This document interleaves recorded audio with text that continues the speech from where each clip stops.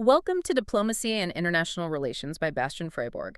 It is also possible to subscribe to the podcast on Spotify or Apple Podcasts for a small monthly fee to help keep the podcast running and gain access to extra episodes. Link in the description. Glad to be here for this one. It's going to be a fascinating discussion. It really is. Today's exploration uses the anthropological research of Yael Navarro-Yashin, specifically drawing from her books Faces of the State and the Make-Believe Space. Right. Two incredible pieces of research. Yeah.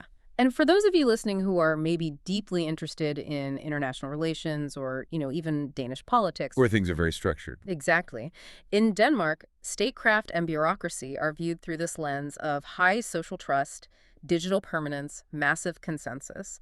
So our mission today might completely upend how you view political institutions. Because we are looking at the exact opposite of that permanence. We are examining the invisible forces that shape international relations and statehood. We're going to look at how the idea of the state isn't just some rigid political institution, but something that lives in our psychology, our everyday habits, the documents in our pockets, and even the physical ruins of post-war geography. And we are using 1990s Turkey and Northern Cyprus as our primary lenses to do this. Yes. But before we get into the thick of it, because we're dealing with the politically charged material regarding secularists and Islamists in 1990s Turkey, I need to explicitly tell you, the listener, that we are not taking any sides here. Right. Absolutely not. We are simply reporting the viewpoints contained in the original anthropological source material to understand the broader political dynamics. We're just your guides today. And that's really the perfect framing. We aren't judging political platforms. We want to observe how these groups interact with the very concept of the state. How do they define culture? How do they use physical spaces to assert their identity? Okay, let's unpack this with a really powerful analogy from the sources. It actually comes from The Little Prince by Antoine de Saint-Exupéry. I love how Navarro-Yashin uses this. It's so good. So in the story, there's a Turkish astronomer who makes this brilliant discovery about an asteroid. He goes to an international congress to present his findings. But because he arrives wearing traditional clothing, absolutely nobody believes him. They completely ignore his rigorous scientific data. Purely based on his outfit. It's only years later, when a dictator forces his people to wear European clothes, that he returns to the exact same Congress in an elegant Western suit. And he gives the exact same presentation. The exact same data, and suddenly everybody applauds and accepts it as undisputed fact. Connect this to the Westernization narrative in international politics, right? The international community in that story is looking at culture through what we call a positivist lens. Let me make sure I'm following. So a positivist lens treats culture sort of like a Russian nesting doll. Yes, exactly. Like if you just peel off the outer layers, the suits, the modern adaptations, you eventually find the true, authentic core of a native culture hiding underneath. That's spot on. In international relations, the assumption has often been that layers of European costume supposedly hide an authentic underlying native culture. But this research argues that both the suit and the traditional robes are political constructs. They're just different vocabularies of power. They're both used to legitimize oneself on the world stage. Right. And what's fascinating here is how this introduces the concept of the faces of the state. We usually think of the state as something you can locate. A parliament building, a president. Exactly. But the state is unsittable. It's everywhere. The text gives this vivid image of Taksim Square in Istanbul. You have police, the literal agents of the state, protesting against the state. Which is wild to think about. It is. You also have the flash of a journalist's camera framing a narrative, which is another face of the state. Or even a pedestrian emerging from the crowd to physically attack a protester, taking state authority into his own hands. And what struck me is how people constantly critique the state. In these accounts, citizens are sitting in cafes, deconstructing the government with incredible cynicism. You'd think that kind of relentless critique would destroy the state's power. You really would. But it survives. How? We can explain this through the concept of fantasies for the state. Even when citizens deconstruct and cynically criticize the government, their subconscious psychic attachments actually do the everyday maintenance work of regenerating state power. So the cynicism itself is the glue. Yes. By constantly complaining about the state, expecting it to be heavy-handed or corrupt, you are normalizing its presence in your life. You're maintaining it psychically. Here's where it gets really interesting. Let's shift to the March 1994 municipal elections in Istanbul. This was a massive turning point because the Islamist Welfare Party surprisingly won. A huge shock to the secularist establishment. A total shock. The sources detail this immediate moral panic among secularist urbanites. There were these incredible rumors spreading. People were joking they'd have to wear turbans just to cover their bald spots. I remember reading about the fake facts. Yes, there was a witty fake fax claiming Coca-Cola would be replaced by local drinks like Boza and Ayran. And genuine fears that the brothels in Biolu would be shut down. Total panic. Why was the reaction so visceral? Well, you have to look at why this happened. Secularists mapped their differences with Islamists primarily onto the question of gender. Like public lifestyle and presentation. Right. Fears of forced veiling, segregation of men and women.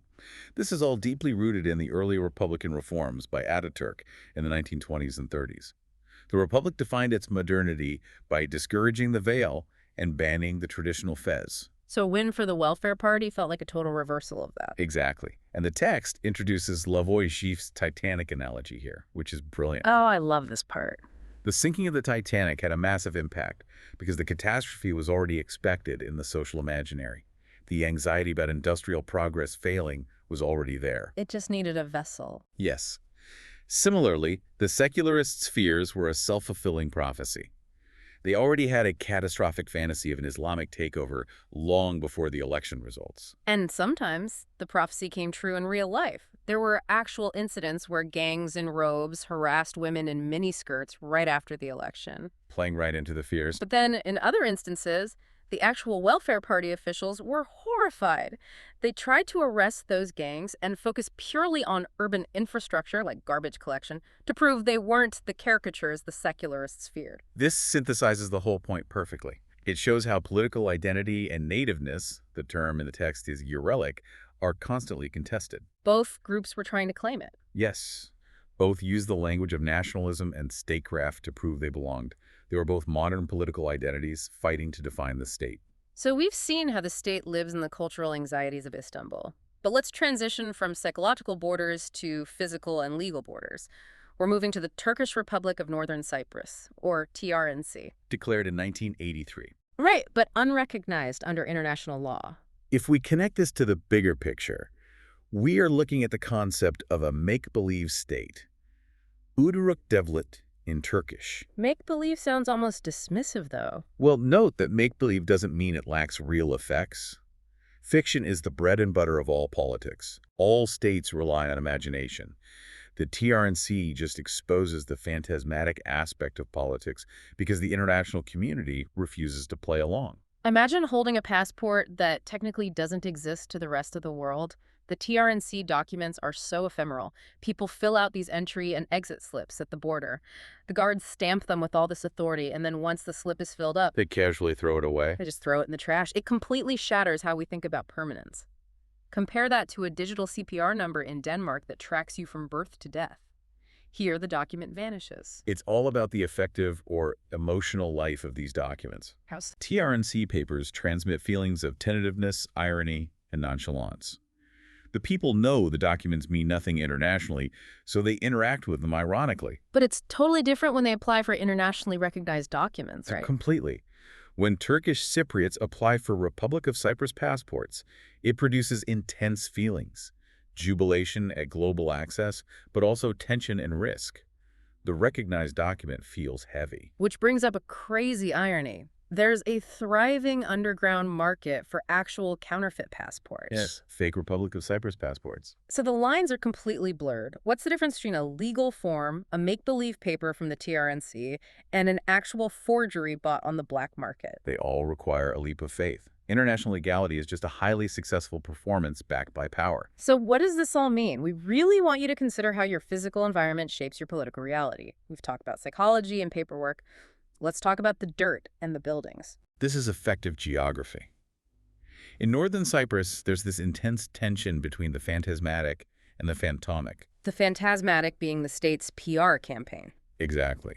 The new state's attempt to build a unified identity on the land. And the phantomic refers to the ghosts of the displaced Greek Cypriots who had to flee. The imagery in the sources is so striking. You have these ruined, abjected spaces around the Green Line border in Nicosia, or Lefkosia. Abandoned homes, Looted objects, which they call Ganymed. sitting right in people's living rooms. Yes. And the TRNC Maps Department systematically changed place names from Greek to Turkish to repopulate and redefine the territory. Trying to overwrite the map. But you can't overwrite the emotional resonance. The resulting emotion transmitted by this post-war environment is irritability. Irritability, like a low-level buzzing stress. It's a jarring, disresonating feeling. The environment is filled with the debris of the departed. Political trauma isn't just in the mind. It lives in the walls of appropriated houses and the soil of divided lands. You can't escape the ghosts of the geography. And this raises an important question. How does the influx of settlers from mainland Turkey complicate this dynamic? Because suddenly you have different tiers of belonging. Yes, you have Turkish Cypriots navigating their identity alongside new settlers. It creates hierarchies of belonging based on citizenship documents, local dialects, and social ties. It fundamentally alters the fabric of the territory. It's just a brilliant way to understand the state. It's maintained through our anxieties, our flimsy documents, and the ruins we walk through. The boundaries are drawn in our minds before they ever hit a map. And I want to leave everyone with a final provocative thought that we didn't explicitly answer today. Lay it on us. If an unrecognized make-believe state relies on the exact same bureaucratic rituals, stamps, files, ID cards as recognized Western nations to feel legitimate, does that imply that all global superpowers are fundamentally just highly successful acts of collective imagination and make-believe? That is a lot to chew on. Are we all just operating on good PR and military backing? It's worth thinking about next time you hand over your passport. Absolutely. Well, to wrap up, I want to encourage listeners to follow the podcast and to rate it 5 stars so the podcast can reach even more people.